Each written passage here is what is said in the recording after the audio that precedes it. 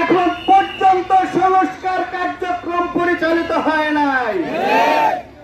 আমরা দেখেছি জুলাই স্পিরিটের যে আন্দোলন হয়েছে, এখন পর্যন্ত জুলাই সনদ ঘোষণা করা হয় নাই। আমরা অবিলম্বে সরকারের কাছে উদাত্ত আহ্বান জানাতে চাই, অবিলম্বে জুলাই সনদ ঘোষণা করতে হবে। যদি তা না হয় বিপ্লবের জন্য জীবন দিতে প্রস্তুত আছে।